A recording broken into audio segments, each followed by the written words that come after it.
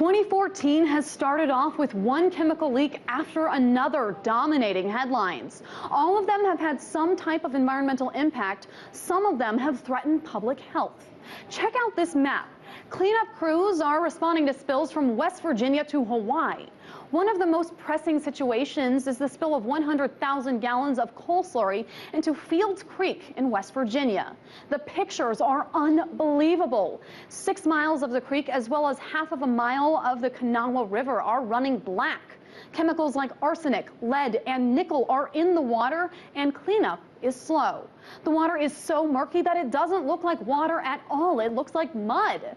This spill happened almost exactly 1 month after Freedom Industries spilled thousands of gallons of coal cleaning chemicals into the Elk River, poisoning the water for Charleston's 300,000 residents. And just when life was getting back to normal in Charleston, FEMA announced that it will not reimburse West Virginia for spill costs because it says the spill was not big enough or severe enough to warrant grant assistance under emergency declarations.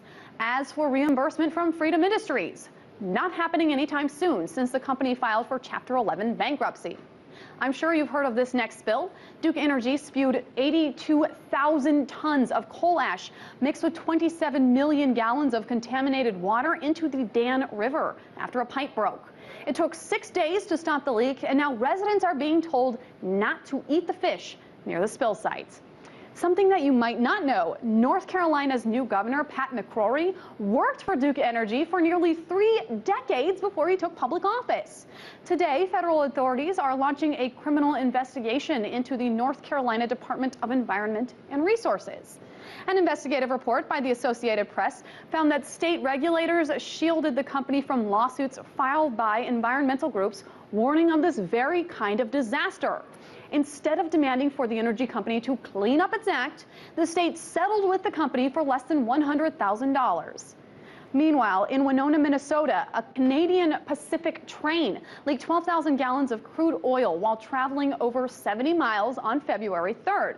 It was caused by either a valve or a cap problem with one of the tankers. Cleanup is still underway. And on February 10th, the Navy reported that it accidentally leaked 2,000 gallons of oily waste into the Hood Canal. It was moving oily water off of a submarine at the Bangor Naval Base in Washington. By the next day, the spill traveled 10 miles north. But that is not the Navy's only leak. In Honolulu, Hawaii last month, the Navy confirmed that up to 20,000 gallons of JP-8 jet fuel leaked from a tank at the Red Hill underground fuel storage facility. They discovered the leak when a fuel operator noticed the fuel levels were low in one of the tanks. The tank has been isolated and cleanup is underway.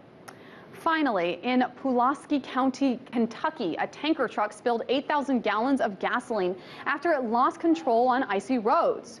2 weeks later, cleanup is still underway, and some of that fuel entered a nearby stream that feeds a local cave system, making cleanup very difficult and raising concerns of groundwater contamination.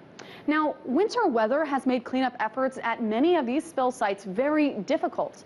So for now anyway, cleanup crews must first deal with Mother Nature's disasters before getting to those man-made ones that are taking place across the country. In Washington, Megan Lopez, RT.